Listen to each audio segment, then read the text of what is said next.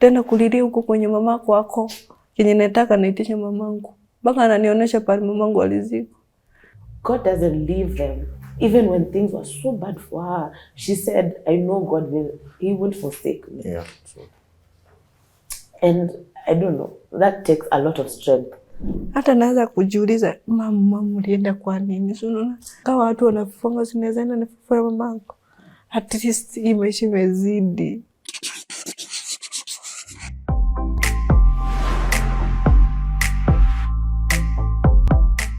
Greetings Tuko family, my name is Lydia and welcome to yet another episode of Tuko Talks.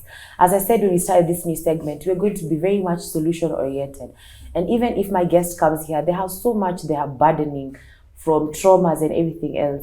And that is why I don't want to sit in a capacity of speaking with no professionalism or no background in any form of help. I only sit here again, as I say, as a host. And that is why I have a panel of people here. And I'll just let them introduce themselves from my far right. Today we'll start with the gentleman. My name is Pastor Alan. I'm from Global Light Ministry. Thank you for having me on board. Thank you very much for being here. And this lovely lady with a beautiful smile. Okay, my name's Antonia Karaini, and I am a counseling psychologist. Thank you for having me on board. Thank you, welcome. And sasa wewe hapa utatuambia jina yako. Ambia tu watu jina yako wasalimie tu. Hi. Kwa jina yangu naitwa Lydia wa nchi Konyakola. Nimetoka Nyandalo. Karibu. Asante. So Lydia is our guest and she's the one with the story. Now for Lydia, she's been through so much. From being raised in a family where we've had stories of stepmothers. It's never, most of them we hear are not always positive, but they have positive stories. We're not going to disregard that. But for today, we're talking about Lydia's story where she's been raised in a family. She's gone through so much with her stepmother after losing both her parents. And then she went to a marriage where it became so bad after being so good. And now where she is, all she's seeking is just to be free from being under people. But she wants to be by herself because she has 2 children. I will not give much of that story. I will just let Lydia tell us her story. And then we can be the family that we are and help her throughout what she's gone through and where she's going. Maisha yangu tangu nizaliwe nikikuwa nimekuwa sawa. Nimekuwa nice, sikuwa na stress yote. But pale penye stress ilianza ile dad pale alipass. Tukachona sasa na mother ana mama wa kambo. Yeah. So vile mama alipass umesema sasa zile ukizaliwa. Yeah, simjui. Umjui. Kwa hivyo dada alipata mke mwingine akiwa like ukiwa na miaka ngapi?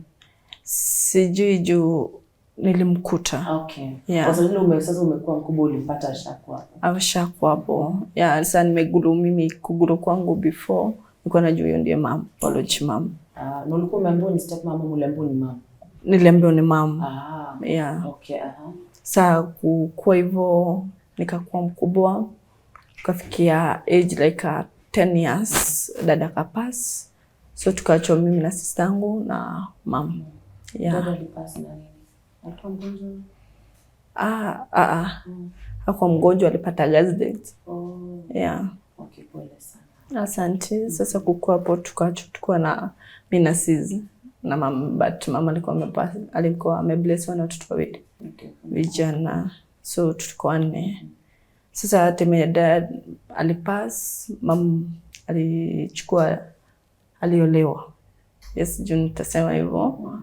So alileta dad mwingine. Of course juu alitueleza sisi tukajua ni dada. Life kwa ngumu hapo. Life ilianza ngumu. Kafika stage akatuambia tuache shule. Ukisema life ilikuwa ngumu. Yeah. To explain what ilikuwaje. Unajua unasema ilikuwa ngumu. Kwa hivyo kumaanisha dada akiwa maisha haikuwa vile sasa imekuwa. Yeah. So ilikuwa ngumu aje? Alianza kututesa, kutunyima chakula no reason. Yani kutuchapa no reason. Yani kaa asubuhi anakuambia amke saa 10, oshe vyombo, fagie, yani ufanye kazi ya nyumba ni uende shule. So unaona hiyo life utaweza na mtoto.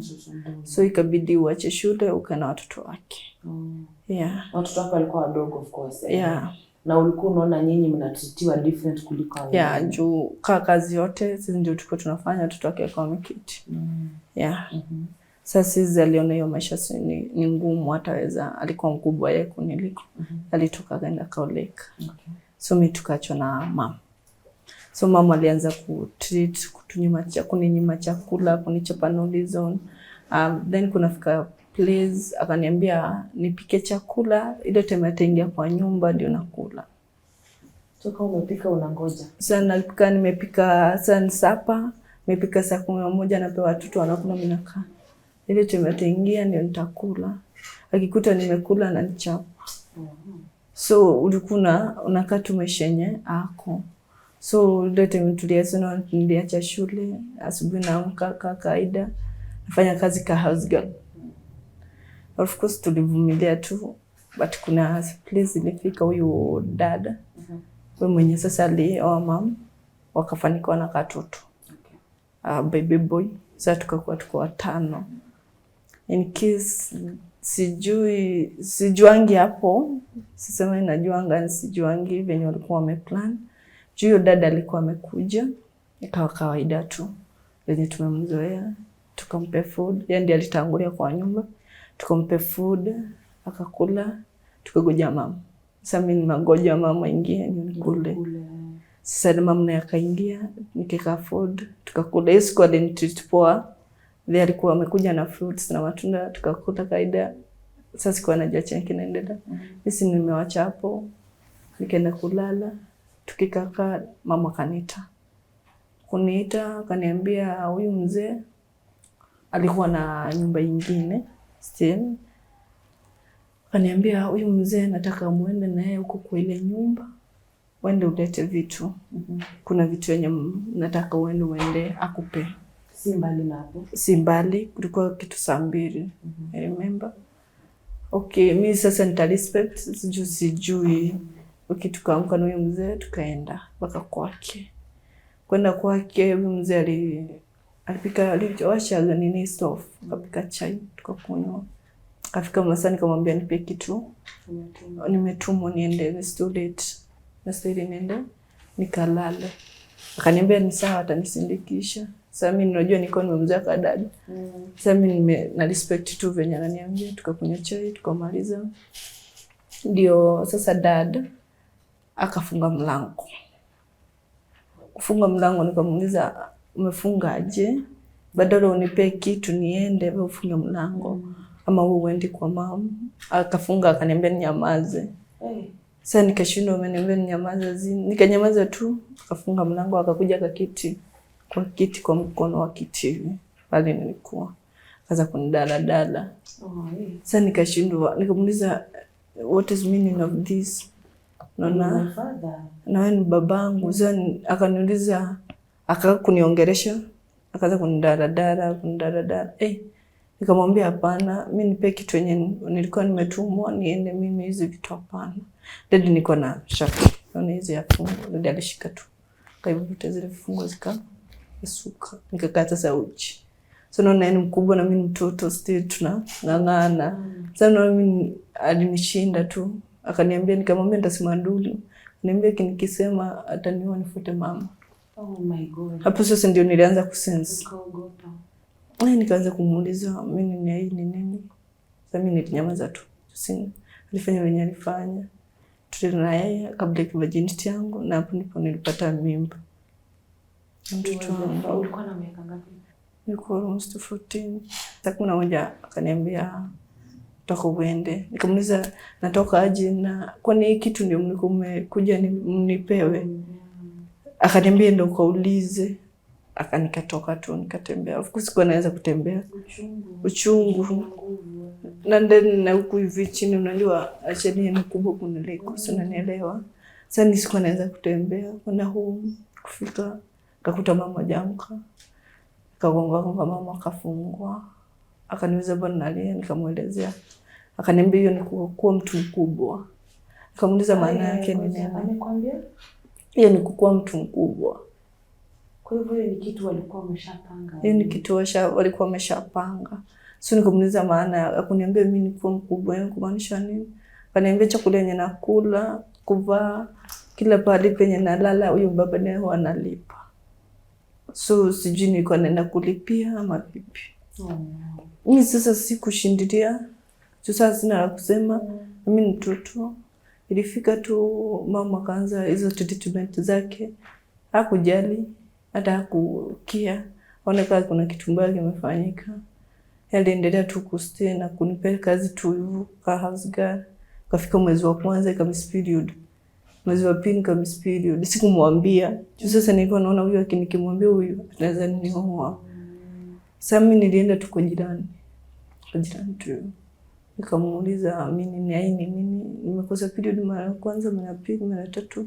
Anaweza ushaida na mtu. Jumaa of course nilimwambia alinikazia. Niambia nikiwahi sema hiki kitu nitafuta mamangu.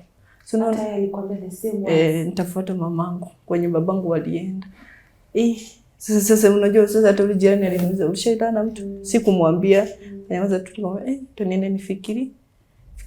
Akaniambia hiyo design yenyewe unaniambia uko mjamzito.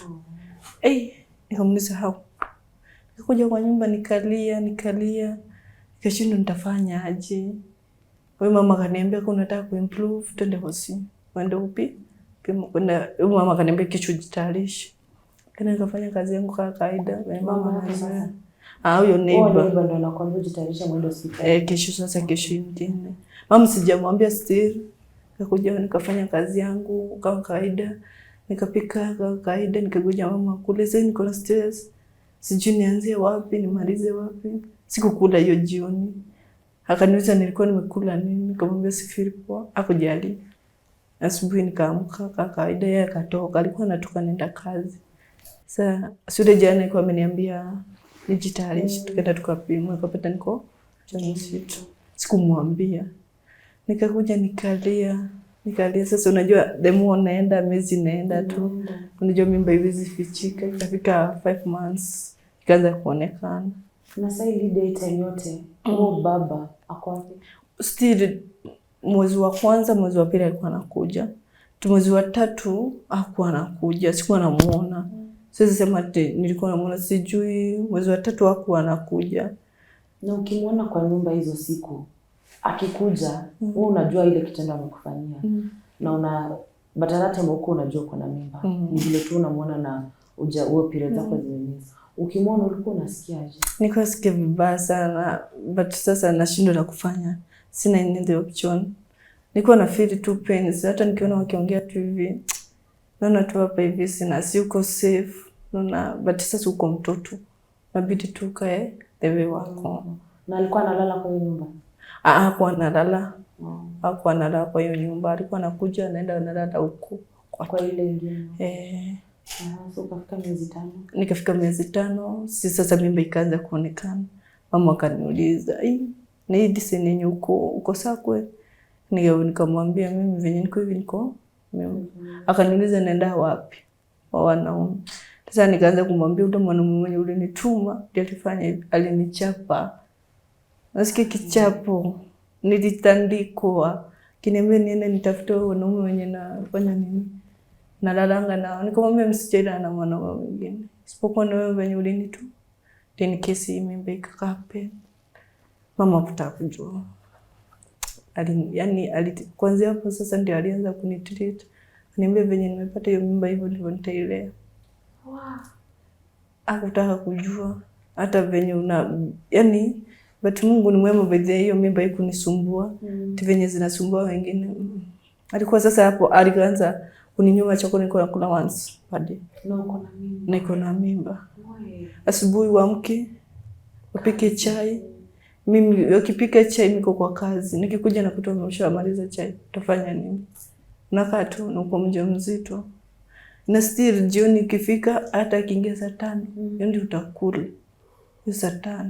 Na hujakula siku nzima. Ukikula lunch watoto wake wanakuja na mwambia. Anakutandika.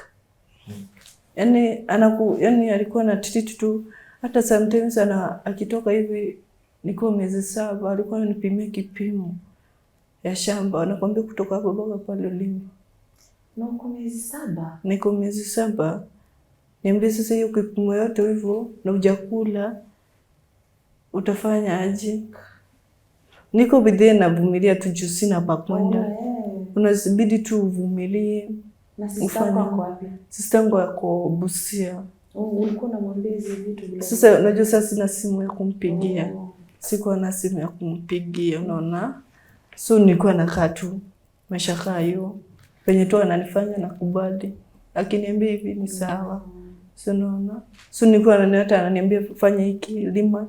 Of course hujaipitia life ya kuchoga viazi. Unachonga viazi mbichi na bodaboda unaweka maji unakunywa. Sio maisha. Mimi niko mjamzito nimepitia hiyo yote. Of course juu uko njaa.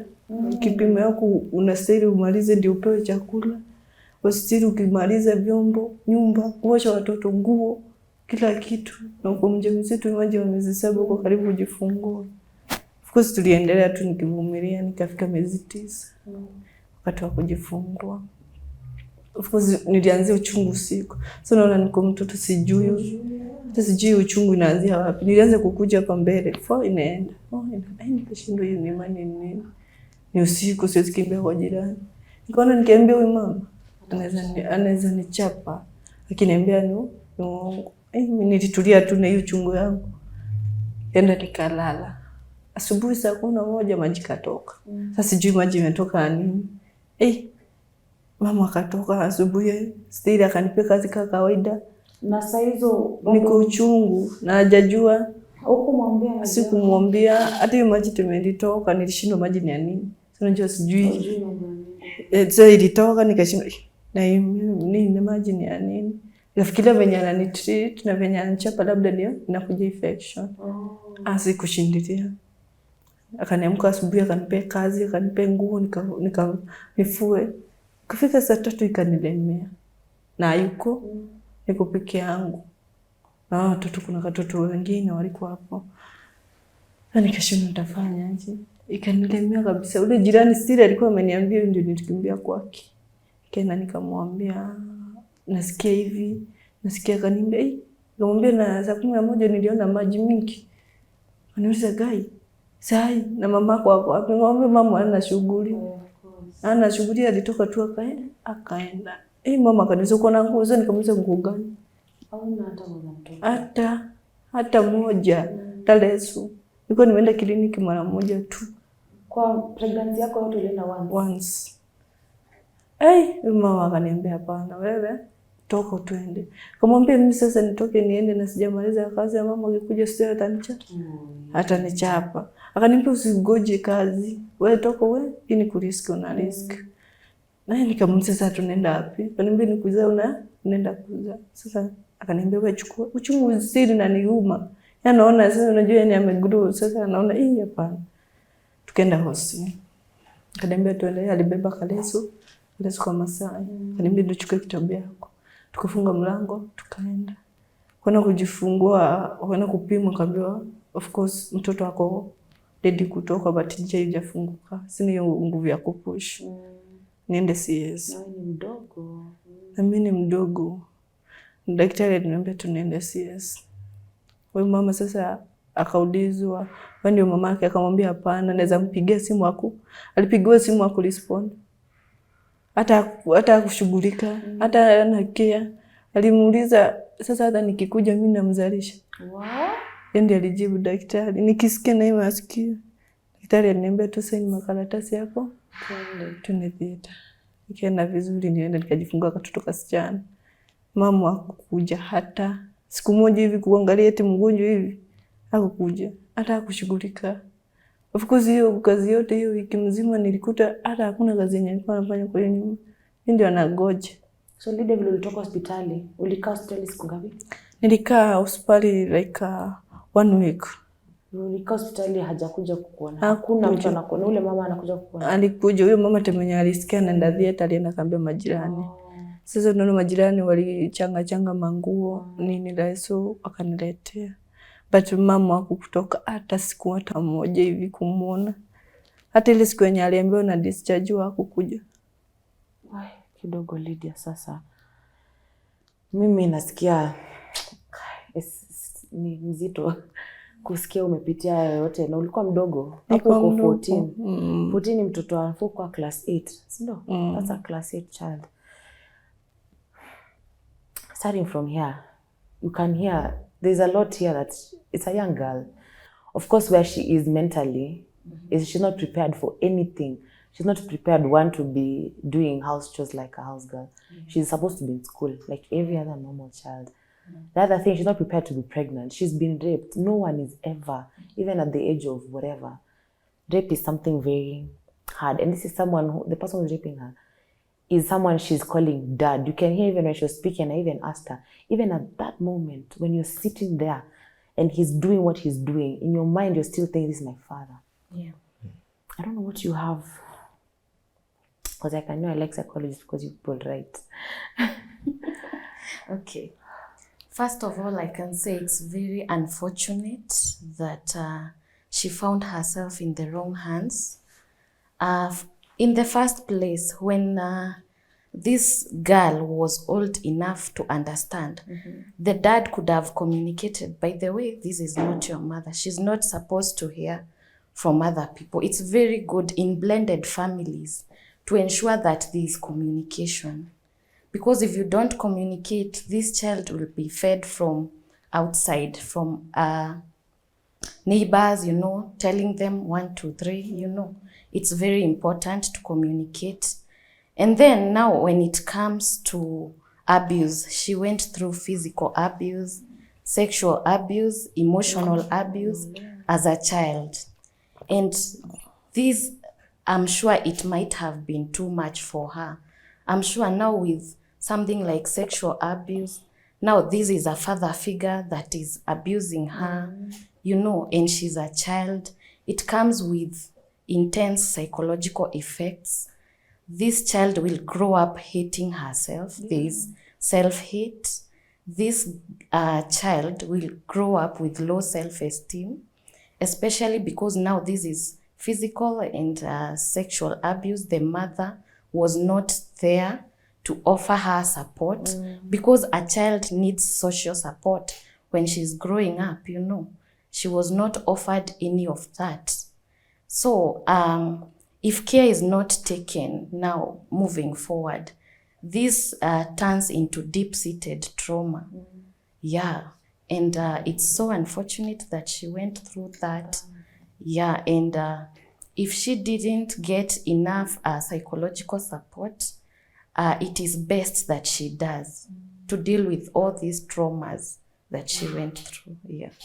Pasi, before I come to you, Lydia, umesikia vile anasema, mweli unafika pia unajisikia, unajichukia. Vile yote imefanyika mpaka pale tumefika kwa story yako, umejifungua. Ulikuwa una feel unajichukia vile vitu zimeenda? Sana juu sikuwa natarajia hiyo life yangu inaweza fikia hapo. Unaona? Kwa tarajia at least nikigulu nikuwe mtu wako faa. But time nilikuja nikahappen tena nikiona lika yangu and na feel I'm so proud sana. Najichukia sana, nasema sikupenda kwangu. Yeah, that's one thing you need to understand. Sikupenda kwako. Sikupenda kwangu. Ulijitakia. Yeah, nasema tu sikitu yenye nilijitakia. Nasema tu everything, nasema tu Mungu anajua. Good Pasi amemalizia kwa kusema Mungu anajua. It makes someone feel, I don't know how to say it in a good way, but when bad things happen to you, question. I'm 14. This is happening to me. This is someone I call father. This is someone who I call my mother. I'm so young. Where is God in all this? First of all, thank you for having me on set. Lydia, pole sana. That was a very unfortunate experience. And that you are even courageous to come on set to share. I've just been thinking about parents out there. My man of God, he has raised us to understand that every child is your child. So that means out there, when somebody cries out to you, like that neighbor you've mentioned, I am appealing to neighbors all around the country. Let's care for each other, because victims of rape, their only hope is the cry they make, so that somebody, a good Samaritan, shows up on the scene to help them. Another thing I've picked out from this story, a stepmother, is not your biological mom. And there seems to be connection between the passing on of her real mother and the stepmother because of the threats she was receiving. Ama the statement she said, ama tukufanyia kama venye mamako alifanywa. That shows that there are people out there. You see, you've said at times you ask, where is God?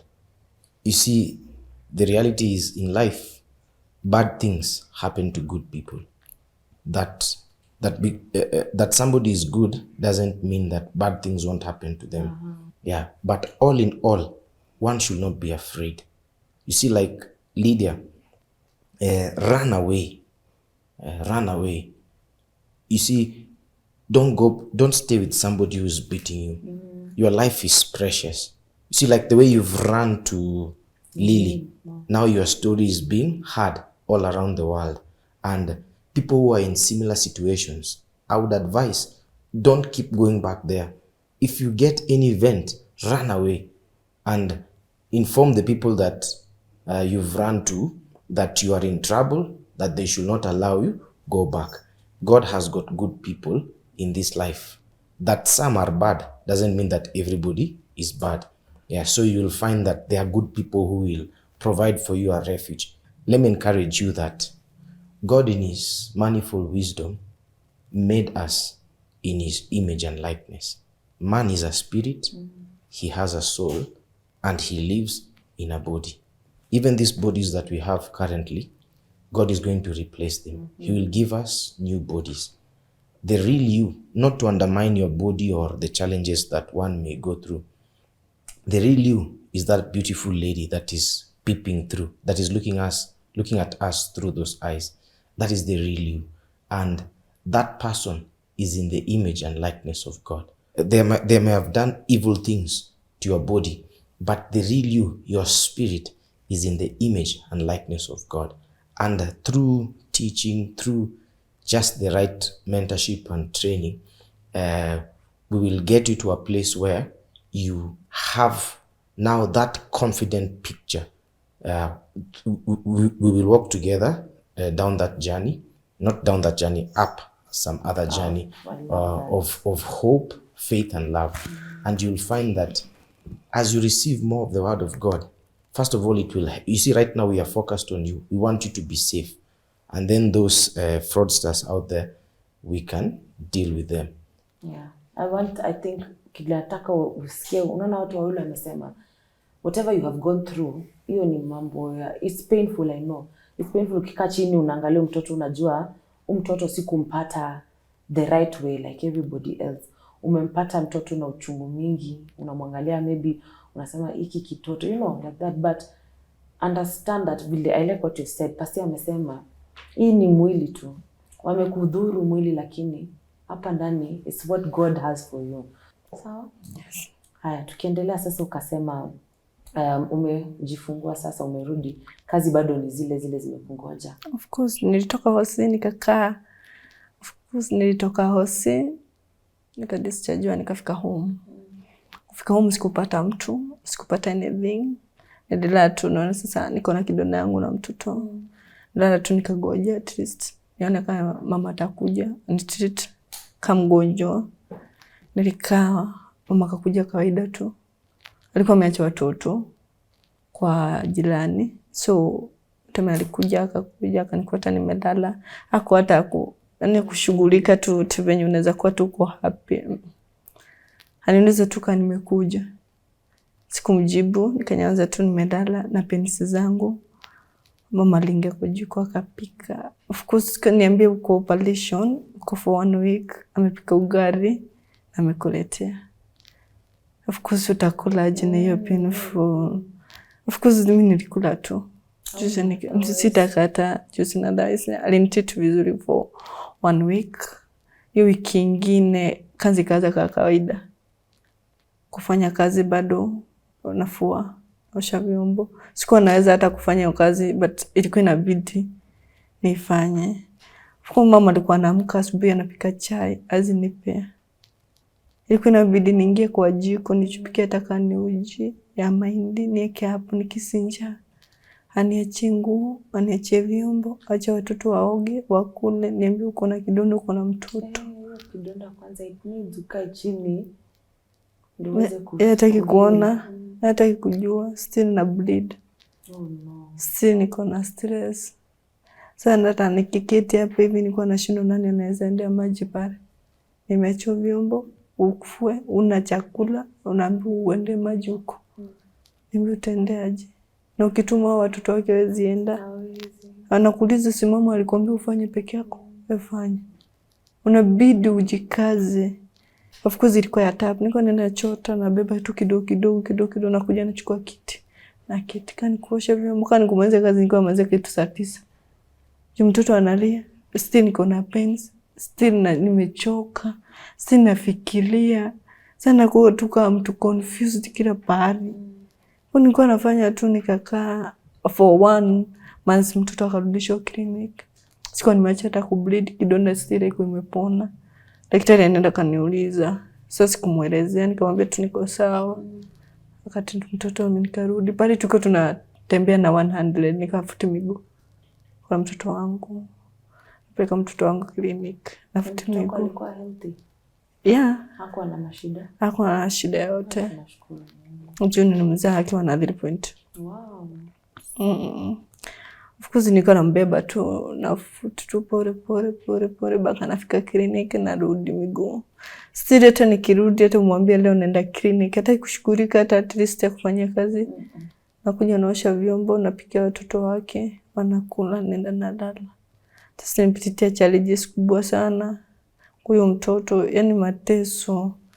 In case for second clinic niliendanga mimi mateso nilikuwa hapo hivyo, nilienda tukakutana na jamaa mwingine. Of course alikuwa kazi yake ilikuwa kati ya matinga. Temenye tulikutana nikitoka clinic akanisalimia tu kwa kawaida. Nikamsalimia sikukosa, akaniuliza mbona unakaa uko stressed na uko mdogo? Akaniuliza mtoto ni wako, nikamwambia akaniuliza mbona unakaa uko stressed hivyo? Sikumuelezea, mwambie niko sawa. Akaniuliza unaenda wapi? Nikamwambia naenda home. Of course huyo jamaa aliniingisha hoteli akaniambia kuja kule. Sasa sikukataje, unajua maisha yenyewe nitapata home na kufuti kwenye nitafuti kutoka huku mpaka home ni mbali.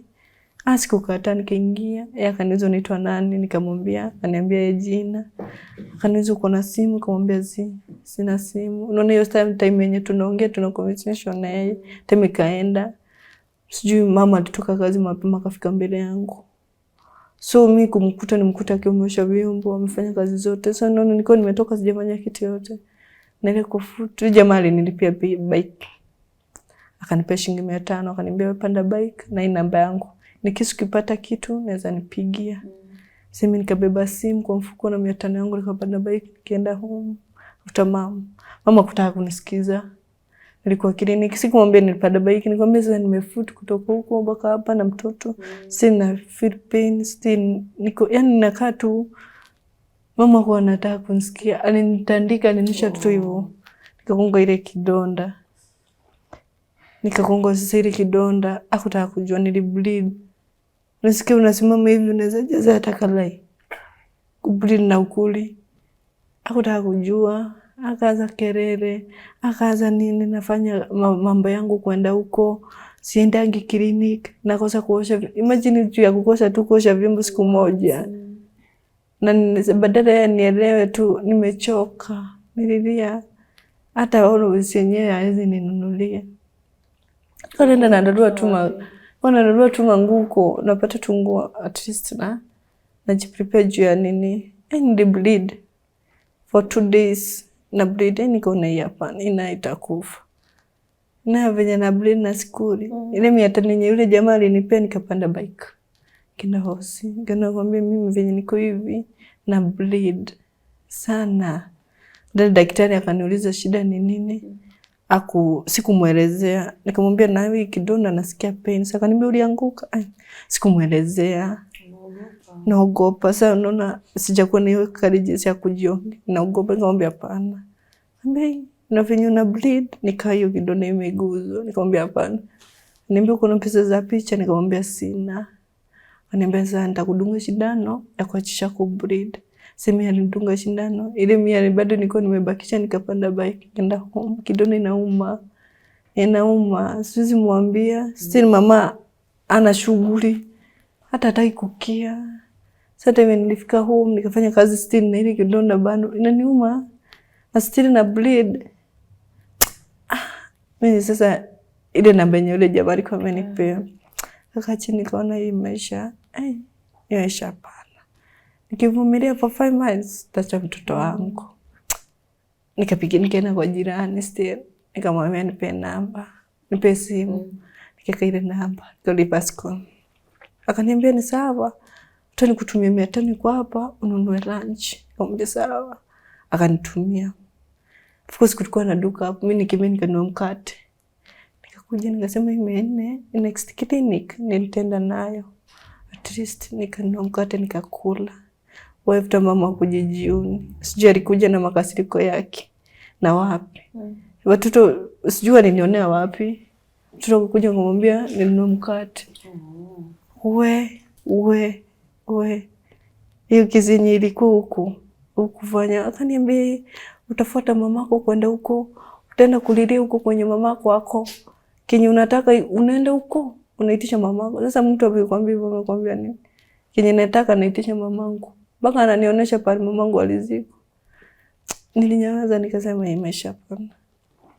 Nilipiga the next day nilipiga ule jamaa. Nikamwambia juu alikuwa ameniuliza kama anaweza oreka, nikakataa. Nikamwambia venye ulikuwa umeniambia at least sahi ni sawa. Akaniambia si uko karibu, unaweza kuja niko ishi Nyandarua, unaweza kuja Ukarao. Kumwambia kuna shida. I think without her realizing it, she suffered a lot and heavy postpartum depression. Yeah. Let's address her and what she went through and her postpartum depression, how it was. Because everyone is different. There's stories you hear, I was married, I have a husband, but he's not there. But for her, she has nobody completely. Yeah. She's being told to work. She's bleeding. Because what I know about CS, I've not given birth and I've not gone through CS, but I've seen my friends and people and I know it needs you to just sit down and heal. But for Lydia, she did not sit down and heal. She was working, she's bleeding. She has completely nobody by her side. Yeah. Yeah, so first of all, Lydia, I'm so sorry for what you went through. You are a very strong girl, given that you endured all that. And I was thinking, if it were me, probably I would have given up, So giving birth comes with a lot, especially for first-time moms. You'll find that there are so many changes that the body goes through even after giving birth. She has mentioned there's bleeding, there's this CS wound, and also the baby, sometimes the baby cries a lot at night. So you'll find that in most cases, no one prepares new mothers for all that. Yes, there's the baby shower, there's the joy that a baby is on the way, but for most first-time moms, no one prepares them for what they are going to go through after the baby. So for you, I'm saying that you're very strong because you are able to handle now the fact that you are a new mom, you have no one to take care of you, you're doing all these chores on your own, you have a baby to breastfeed, there's all these emotional changes that are taking place, physical changes, even pregnancy for some people, it comes with bodily changes, your body changes. So you'll find that for first-time moms, this can be traumatizing. And if this postpartum depression is not caught in time, it can develop into full-blown trauma. And it also comes with suicidal thoughts for some people. As she has said. Yeah, and suicidal tendencies. Some people even attempt suicide. They go to an extent of attempting suicide. And she has mentioned she was crying. Those are some of the side effects of postpartum depression. There is hopelessness, there is increased crying, there is also fatigue, there is so much that comes with postpartum depression. And now, to add salt to the injury, her stepmom was abusing her, you know, her siblings were not helping her in any way. And to some extent, I don't know if I can blame the society, because the society should even be very keen for cases like this. I'm sure where she grew up, there is a chief. The neighbors are there. They can see what's going on. They can see she has dropped out of school. But I don't know if there is anyone who, apart from now the neighbor, mwenye ulikuwa unaenda kwake, I don't know if there is anyone who came to your aid, ama who went and reported to the police station, ama who went and brought the chief na akamwambia this 1 2 3 is happening, you know. Kulikuwa na mtu kama huyo? Of course, nuna wakati yetu mama alikuwa anatutreat. Ungeingia hata ungesema. Unaona, ungekuja kwetu, so unaona, hata ungesema kitu naweza kuambia kinaweza happen. So mama atatreat na ata take your advantage kuonesha mzuri, so unaona. So hata mtu akitoka tu hivyo atasema huyo mtoto awe wako sawa. So hata uniende nikueleze venye nakueleza, huwezi elewa. Ukikuja nyumbani unakuta mama ako sawa, kani hiyo kazi akisikia mgeni anakuja ananiambia niache nenda na keti, so unaona. So sikuwa mtu wa kuongea, unaona, niko na mauchungu, sikuwa naenda na kuambia. Hata sasa tumekaa hivi na kuelezea. Mwingine hata alikuwa anakuja tunakaa, hata tunaweza piga story, bahati akitoka. Hata nilikuwa naomba tu si mgeni kila siku ingingi, so unaona, si mgeni kila siku. Hata nikiona mtu amekuja anasema kai, Mungu asante. At least ataka 30 minutes, at least ni poe. But akitoka ena katu, unaona. So hata ningeenda nieleze mtu kenye napitia ange understand nasema. Angeona tu mtoto tu anasema nini. So hata time nilipata mimba, mama alisema mimi nilienda nikatafuta, so unaona. So tukajua ni wasichana adolescents, nikawa happen hivyo. So umenielewa. So hata time nilikuwa napitia yote, challenges zote. Of course kwetu kumefensiwa. So jirani angeona na sikuwa natoka nje. Pasi, there's something, I don't know what you have to say, but I've just thought about how the Bible tells us respect your parents. At this point, yes, they are not biological, but these are your parents. These are people who are taking care of you. Where do we draw the line when it comes to the respect? All right. Okay. Respect should be upheld at all costs, even when you are dealing with a wicked person. You see, like the way our law is, one has to be given a hearing so that they also can be helped.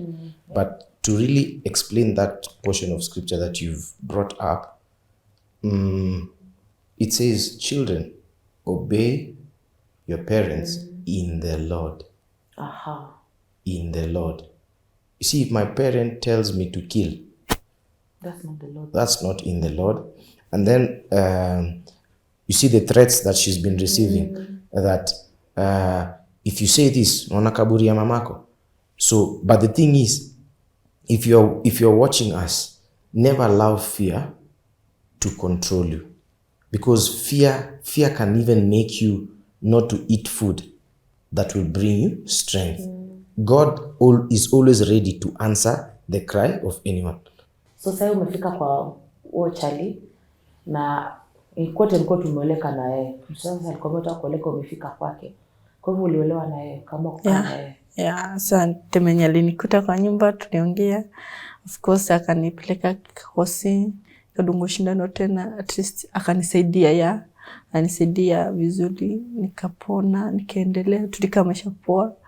Hakuwa ananitesa. Sasa nikaona at least niko sawa, after nikae tu kuliko nirudi home. Na mama hata hakujali, hakunipigia for by 2 days. Like I respect, niko nasikia niko hofu sana. Nipigia mama still. Akaniuliza ni nini? Nikamwambia mimi pale nimefika, after nijenge maisha yangu, but I'm still a mom.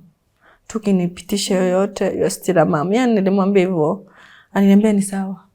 Itu ndio alinijibu. Bado ulikuwa unampatia heshima hiyo. Nilikuwa mheshimu juu unajua nimekuwa tu nikimuona nilikuwa natamani tu ile upendo wa mama, umenielewa? So nilikuwa natamani at least kama wengine wenye naona wengine wanatitiwa na mama. So nilikuwa nampea tu ile respect like mama. So naona sasa mimi nilimwambia akaniambia ni sawa, sikumpigia tena, nasikushughulika. Nikapigia simu, nikamuelezea the hell yenye nimepitia. Sasa akaniambia kwa sasa mimi maisha yenye nakaa, hata mimi kwenye niko sikuzuni kuvumilia tu juu najua home sina pa kwenda. Sikumwambia, nikamwambia ni sawa, hata mimi tunisukumane huko. Of course tulikaa na yule jamaa, tuka move on, tukaendelea na life, ikakuwa tamu, ikafika 2019. Of course mtoto akakuwa mkubwa, almost 3 years. Sasa nikaona of course maisha yenye tunakaa inabidi nimzalie mtoto wake. Sinaona in 2019 mwezi wa 9 nikapata ball, tukajaliwa na katoto. Sio hiyo wakati tukaingia 2020 wakati wa corona. Sinaona corona ilizidi, pale alikuwa afanya job akafutwa. Kufutwa akaniambia hii maisha yenye tunakata unatutaweza bila ka. Tunaona venye huko, hali yenye huko na mtoto. Akaniambia tuende home kwao. Kwa kulikuwa kisi. Of course the first time kwenda kwao. Sikuenda. Tukaenda niko mjamzito, nikaenda nikapata mother-in-law. Of course mother-in-law alinikaribisha poa. Akwa huyu kijana of course akwa na nyumba, tulikaa kwa mother-in-law. Tukakaa kwa mother-in-law, nikajifungulia tu huko, tukablessiwa na watoto kasichana still. Tukaendelea, mtoto akakuwa 3 months, kijana akapata kazi. Kupata kazi for 2 months, 3 months akapata mshahara, tukajenga kwetu. Tukajenga kwetu, sasa tukaanza maisha yetu kivyetu. Still time tuliendelea, still mtoto anakuwa mkubwa, mwingine anaenda shule. Then alipata sijui ni wivu ama naweza semaje. Naweza kuwa na ujirasi ya kuita kijana, anamwambia hataki kabila kwake. Kijana ni wa kabila gani? Sasa mimi sono mimi Mkikuyu na ni Mkisi. So mother-in-law hataki kabila kwake, anataka tu tribe yake still. Simenelewa. So mother-in-law alianza furugo, mara kusema hataki, mara anaambia kijana alianza ku-exchange. So venye alikuwa mwanzo, anaanza ku-exchange. Still anaanza analala nje, hatuachi food. Of course mimi sikuwa nashughulika, mimi nilisema tu of course kama ni kwa nyumba bora tu nisinifukuze, niko na mikono yangu, nitafanya kazi na nilishe mtoto wangu. Hata akienda kwenye nenda, still yako sawa. Ni sawa tu nitaenda kibarua napata 200 na nilisha watoto wangu. Kuzi alikuwa anaenda, hadi tuachia naenda kibarua. Nikienda kibarua mother-in-law anakuja kusema niko kwenda kutafuta wanaume, sema na nakula. Kijana ananichapa. Ananichapa. Anafika saa pale mother-in-law unaona anaongeza chumvi. Hakuna kitu nimefanya. Sina kuchapa. Of course so kwa mama unajiunda tu, nilikuwa nimetengeneza mboga zangu nenda kuuza, nikienda kuuza ni shida. Tena kwa wanaume. Sasa ikabidi hata nikae sasa kwa nyumba, mother-in-law tunakaa. Sina cha kukula, nikienda kumuomba anipei. Kijana anamwambia sinunue chakula, anataka nifukuzwe. Sasa mimi nilimwambia, mimi kama mamako anasema ni Mkisi, ni sawa. Mimi nitakuwa bibi wa kwanza, leta Mkisi na wewe hapo. Ulifika hapo Lydia? Ilikuwa imefikia mpaka namwambia juu sasa nilikuwa napiga hesabu, nikitoka huko naenda wapi? Unaona? Sasa hesabu na shida niko watoto wawili. Then nikirudi home, kama nilikuwa napitia challenges hivyo, itakuwa wasi, unaona? So nilikuwa nimemwambia kama mamako anataka Mkisi ni sawa, nitakuwa kwanza kwa Mkisi. Hata mjengea taka nyumba kwa of course kuna pesa. Huyu kijana alikuwa anafanya shopping, badala alete kungaleta kwa mother-in-law. Niende niombe mother-in-law na mother-in-law tusikizane. Pole. Akaenda for 3 days. Alikuja na msichana Mkisi. Of course hiyo siku nilikuwa nasikia Kikisi but kuongea kwa shida. Alikuja na Mkisi. Of course alikuja akakaa kwa nyumba yangu. Sasa mimi sijui, naona amelala nje 3 days amekuja msichana. Mimi sasa nilimuuliza tu.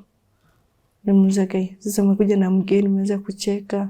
Of course nasikia but nataka kumuuliza kama mwanamke tu. Mzaka ni sister yako, si uniambie basi hata niingie kwa jiko nipike taka uji. Anaweza kwa mimi ni mjinga. Unaniuliza swali gani?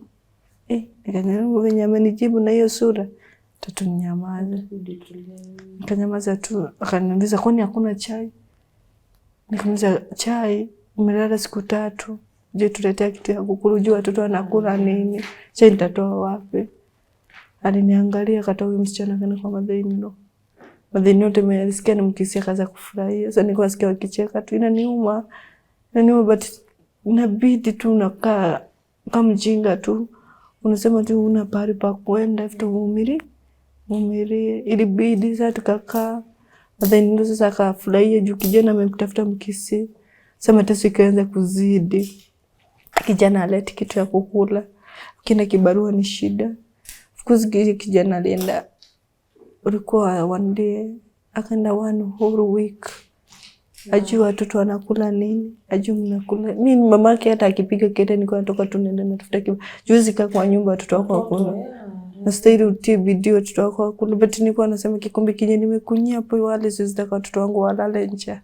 Nilikuwa nalala nje siwezi watoto wangu waone. Hata kama watamkia uji bado tu wamekula. Because niko natia bidii nafanya naenda nauza mboga at least watoto wangu wanakula. Hata akikuja akisema nichape ni sawa. Watoto wangu wamefanya watoto wangu unaona wako safe. Niko sacrifice bado watoto wangu shimesha safe. Sasa ilibidi kijana akakuja one day. Kuja na wasichana wawili na yeye. Sasa wamekuwa watatu. Akiwa amekunywa. Of course nilimuuliza sasa hiyo ilibidi imezidi. Sasa nikamuuliza nani nini unanifanyia shwari. Sasa nikuwa siwa basi kuliko kuleta wanawake umeelewa. Umekuwa kijana tusikie watoto wake wapo. Wasichana walinishika akiwa ameketi. Unaona venye umeketi hivyo hata shughuliki.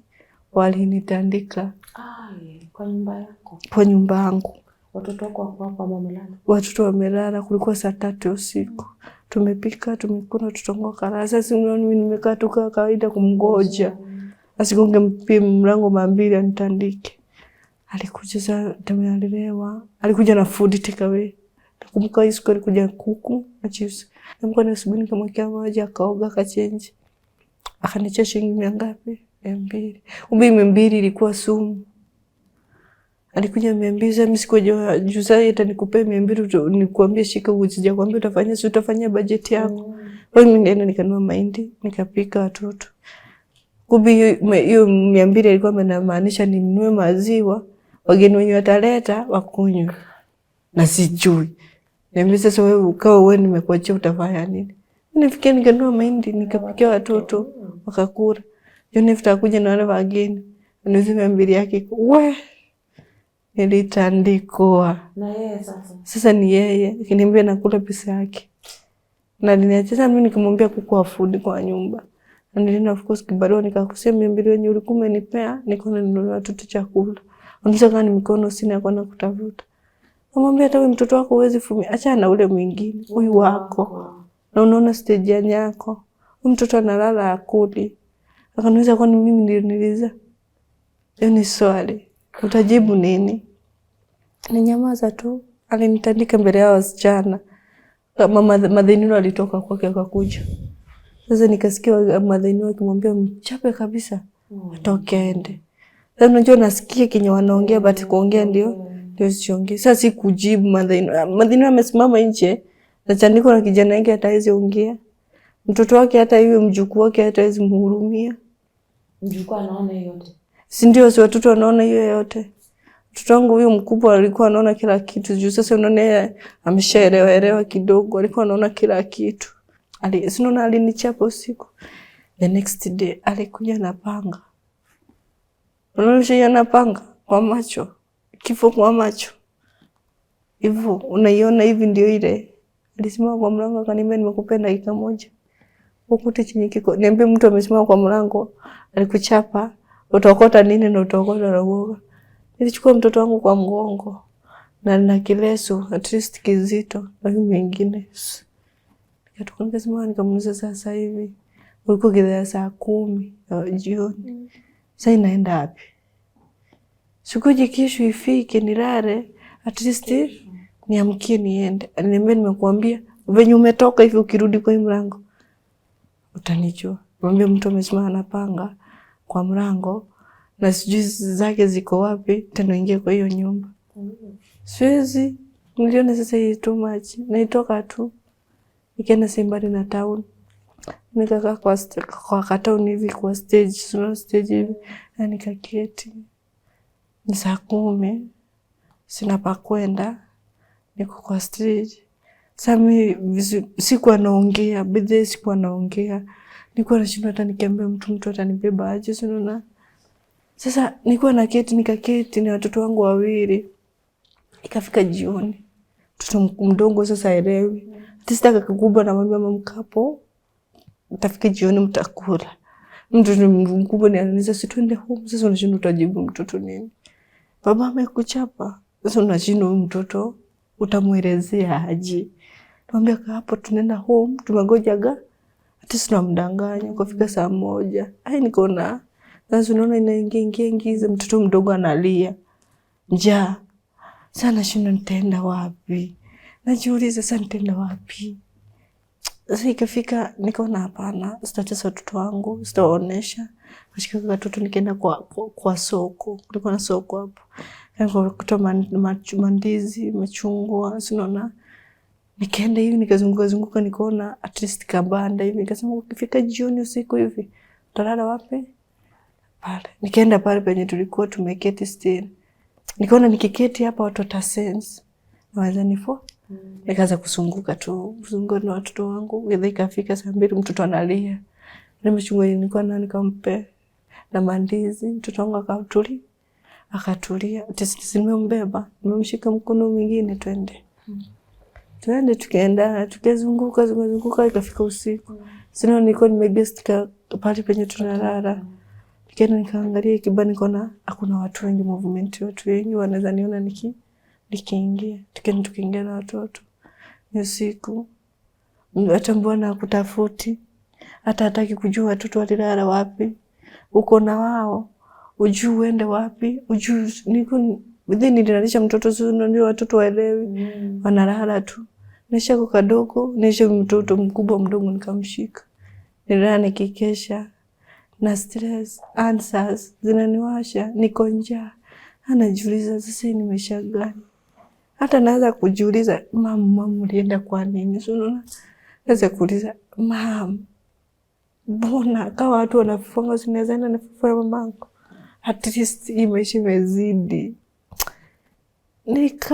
Nikifikiria tu nashindwa niende wapi. Siwezi rudi huko. Kila mahali ni kubaya. Sabari ni pabaya. Asubuhi kukafika. Na Mungu kumuomba kwa changi. Fika, nikatoka huko. Nilitoka mapema. Test watu wasinione. Nikikosa kwa kulala test watu nirudi tu pale. Kapema mtoto wangu mwingine akaamka. Anambia nahisi njaa. Si nilikuwa na maembe yangu, si hata ukuli. Watoto kwanza nikuwapea zile vitu zangu wakakula. Wakamaliza. Nikienda stage kwa stage sana nafikiria nizafanya aje, sina fare kurudi kwetu. Sina nini. Agudi samadi tani mzee akaniambia mama ni nini unalia? Ndio nikamwambia hapana nimekosa fare kurudi kwetu. Anauliza ulikuwa wapi? Sikumweleza mwingine nikamwambia nilikuwa nimekuja kutembelea mtu akanifichia. Sasa sina kwenda wapi kurudi kwetu. Anauliza kwani ni wapi? Nikamwambia. Akaniambia na pesa ngapi? Kamwambia ni pesa ngapi? Akaniuliza unaweza fika kuna gari ya kufikisha kwenye? Mwambie pana labda nifike Nakuru nichukue za kwenda kwetu. Akanilipia yes kutoka hapo mpaka Nakuru, akanipea pesa ya kufika nyumbani. Of course nilipanda na watoto wangu. Akanunua watoto wangu chakula akakula, nikapanda nikaenda. Sio hata kwa gari usikii. Naona tu pale tu kwa gari tu isifike at least tulalale. Ujalala. Kwenda home nikafika nyumbani kwa mama. Sasa imebidi sana nirudi huko, nikafanya sana nirudi kwa mama. Kwenda kwa mama nikakuta mama pale kulikuwa kwetu. Unaona ndio nikarudi nikaenda nikakuta kuma exchange. Kwa sababu nimekaa sana kuongea na mama, sijaongea naye tangu aliniambia ni sawa. Nikashindwa hii nyumba si hivi venye niliacha, kwani kule exchange aje? Nikasema huko niko naenda. Sasa ni sina kidonda. Sasa tutapambana na yeye vilivyo. Yaani mimi najijaza sasa unasema nitakuwa naacha watoto hapo. Naenda kazi. Akinitesa sasa hii niko na nguvu ya kwenda kutafuta na kumjibu sasa. Sasa nimekuwa mtu mkubwa, niko na nguvu. Yaani niko hapo hivyo nje nasimama na najijaza venye nitaenda kumwambia Mwambie. Kwenda nikakuta mamangu aliuza kwetu, mtu mwingine yako. Mimi nipanda gari, mwambie nike Naivasha. Wenye hata sijui Naivasha naenda wapi. Na watoto. Si watoto wamekula. Nikapanda. Kwenye kafika Naivasha. Kitu yenye niliambia tu, sasa mimi kitu kingi nilikuwa nalia, nikawa nalia Mungu tu, juu nilikuwa naona tu bali imefika. Ni Mungu tu. Popote chenye nataka ni Mungu tu. Zile tulikuwa nikuta tu nikiongea nasema Mungu bali imefikia ni wewe tu. Yaani conviction yangu sana nilikuwa naongea na Mungu. Juu sina mtu wa kuambia. Hii ni mwaka gani? Hii mwaka juzi tu. Hii 2023. Yeah, juzi tu. Nikatoka, juu nilitoka kwa mzee last year. Sana juzi tu. Sasa ndio niliketi bali nikasema in my life sai sina mtu. Niko peke yangu na watoto wangu. Ndio sasa hapo nilianza maisha ya kukaa Naivasha. Sasa naishi Naivasha. Sifanyi kazi. Of course nilitoka home nilikuja nikaanza kuishi maisha ya street. Unaona? Sasa juu sina pa kwenda nilianza maisha ya street. Sasa nitaka kama wale wengine. Nilitupwa. Sasa niko hivyo. Tutapo nianza maisha ya kuishi street. Nimeishi for 2 months. Chokora. Watoto wangu wawili. Sikutupa hata mtoto. Kulikuwa mabadhi kulikuwa kunafika pale. Naona niendelee nijulishe na watoto wangu. Tena ndio wengine na inanikuja na niambia hapana hapa sio hapo mwisho. Jikaze. Nafikiria hata nikunywe dawa nakuta tu watu wametupa tupa hivi lazima tena nipe watoto wangu na mimi nikufe. Sisi naona hii maisha imefika the hair. Naona sasa bidii Mungu ana exchanging. Ukienda kufikiria hivi Mungu anakuonyesha sio hivyo. Nilikaa mpaka mama mwingine akanipata. Anasema mama ni nini wewe? Nilivyokuwa mtoto mdogo kwa ni shida iko na watoto wako. Sikumwambia mimi yani nilimwangalia tu. Bashika katoto kadogo akaenda kakape food. Nikasema mama na yeye ijue yenye niko nayo. Angenisumbua. Sasa nakaa hatuwezi nitamani kuniachukua hata unieke hata kwako. Mama Mungu mambariki pale alipo. Anichukua the way niko. Watoto wangu wawili. Akaniambia mama amka leo utalala huko. Nimekuwatch for so many times naona uko na stress. Naona hata uko sawa. Nikamwambia niko sawa. Of course nilikuwa na stress. Naona depression. Hata of course kidonda ilikuwa imeanza kuniuma. Naona stress, njaa, maisha ya kukaa tu una anywhere. Mama alinichukua, akaenda akaniweka kwake na akaniosha siku ya kwanza, ambia ukavai na watoto washurara. Siku ya tatu ndio niliweza kuongea. Na hata sikumwambia zote, nimguzia tu juu. Na mama akaniambia tukae na yeye. Of course mama kuna wasichana wakubwa. Wasichana sasa tukakaa na yeye like 3 weeks. Mama tukazoeana. Akaanza kuniambia weka hapa. Fanya na watoto wako. Hata kama nimekaa bado niko na stress. Nafikiria tu. Nashindwa. Kwani maisha ni gani? Mbona wengine wanakaa maisha mazuri, mbona mimi niliumba? Kwani hata naanza kuuliza Mungu, kwani mimi Mungu uliniumba aje? Kwani mimi nilikuja kwa dunia niko shifika bado unaweza Mungu kwani ulinileta duniani kwa makosa? Baka nakaa mama akaniambia hapana chakulia. Nimesema kwani Mungu mimi aliniumba niko na makosa? Ama alinileta kwa mama niko na makosa niteseki hivi. Watoto wangu wanakunyia kikombe mbestiri na kunyia. So mama akaniambia toka kane. Juzi ndio wasichana wake kaanza kufanya nini kuleta yani stress. Unaweza kumwambia huyu msichana atoke huko tumtaki sijui nini. Mama akaniambia sasa wasichana wangu analeta utafanya. Mama mbali unitoa. Nashukuru. Umenitoa mbali by the kufikia baba at least navaa kiatu juu yako. Na watoto wangu wanakula juu yako. At least umenisaidia. Hata kama sijui pale sasa nikitoka nitaenda but Mungu tu ndio anakimbilia. Kanisa kani kwa watu wetu nilimwambia sina. Of course nilimwambia hivyo. Mimi sina watu wetu, mimi nakaa tu maisha yangu na watoto wangu. Venye unaniona ndivyo niko. Lydia, so ndio umetoka kwake. Sasa hivi unaishi wapi? Sijatoka bado. Bado uko kwake? Yeah, aliniambia nitafute namna venye nitafanya at least nitoke. Hajaniambia nitoke but wasichana wake ndio wanaleta. Nikamwambia kuliko mkusane na watoto nitatafuta namna tu yote test nirudi. But nikamwambia maisha yenyewe naweza siwezi taka tena nirudi stitch. Tena nikae kwa stitch na watoto wangu. Watoto wangu wamezoea kukula. Tena nini wazisha mazoea ya stitch. So hapo ndio tumefikia na huyo mama.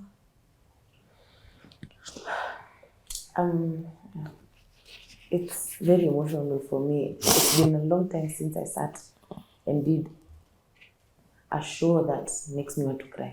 She's so young. I'm thinking where I was at 24. This is not a life she's wanted. And severally she's said again that she's wanted to commit suicide so many times. For a person who is like Lydia, not a person who's like Lydia, this is Lydia, she's here. What do you have to tell her? Lydia, first of all, you're very brave. You have gone through a lot. And umesema, ulikuwa unafikiria sometimes to commit suicide. Then when you remember your kids, you hold back. I can say it takes a great deal of resilience to hold back from those suicidal thoughts. What you are going through is depression. Depression drives you to a point that even if someone asks you what's wrong, you're not able to express yourself. And it's also because of the deep-rooted trauma that she was subjected to by her stepmother. Because she was threatened, if you say this, we will kill you. So those thoughts keep ringing in her mind. Even if she's not in that environment, her mind has already been conditioned to close, not to open. Like there's no communication. She cannot be able to communicate. She cannot be able to express herself even to people who would help her. You know, that's why she has said that when that lady came and asked her, shida yako ni nini? She would just look at him. Na sio kutaka, it's because of that trauma.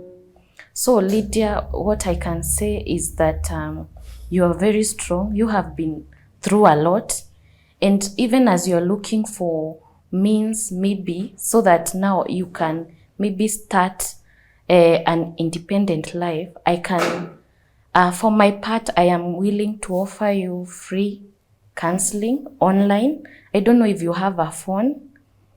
I'll be calling you. If you have a phone, I'll be calling you and offer you free psychological support to help you to open up and to unpack that trauma.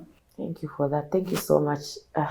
This is what for me it is, because there's so many people like her who go through that. And for her sitting here, akuja kutuambia story, it's not easy for her to be able to actually talk about it. Pale ametoka ni mali hako anaweza kuongea. But now that she can be able to talk, I thank you so much for the stretching hand that you've given her. And she does have a phone. She'll give us her number later. Okay.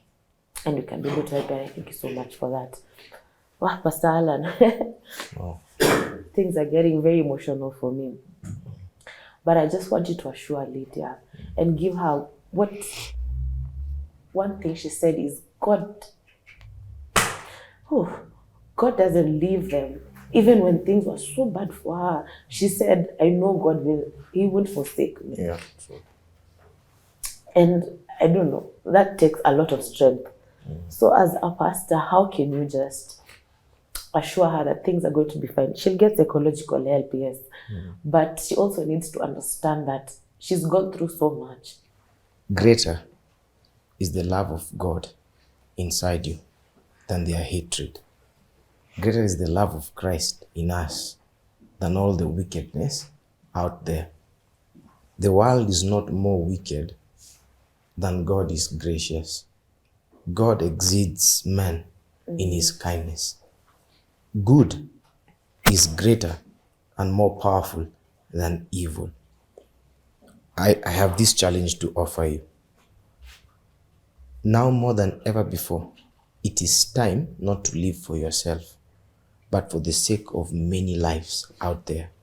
You've done a very bold step to come in the open, to create awareness, and also to take somebody else that is suffering and they don't know what to do. Maybe they're thinking right now, they've just stumbled on the internet and they are watching the content. they are thinking of ending their life. They've seen Lydia didn't end their life. There's a world out there that this God that you say delivered you has for you to reach them. Picture 5,000 young people in an auditorium, and you are the one, like their life coach, telling them, don't give up. You see, you have a story. They can listen to you.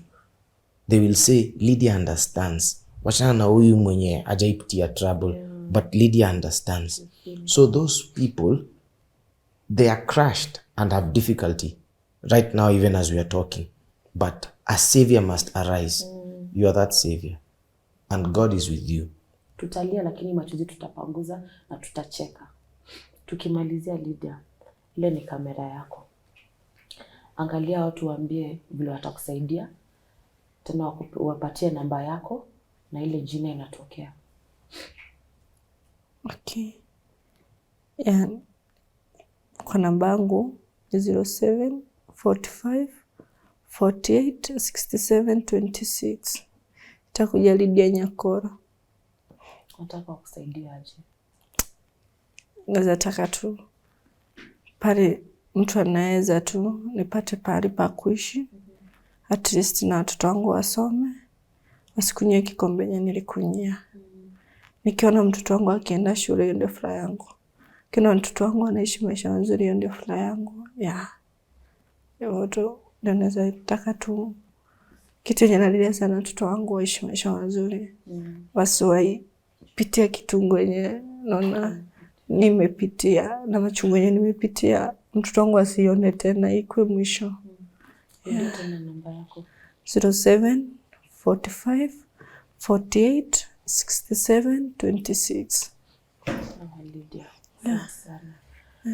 For you guys who have been such a strong pillar for even, I know she's left here feeling a bit better.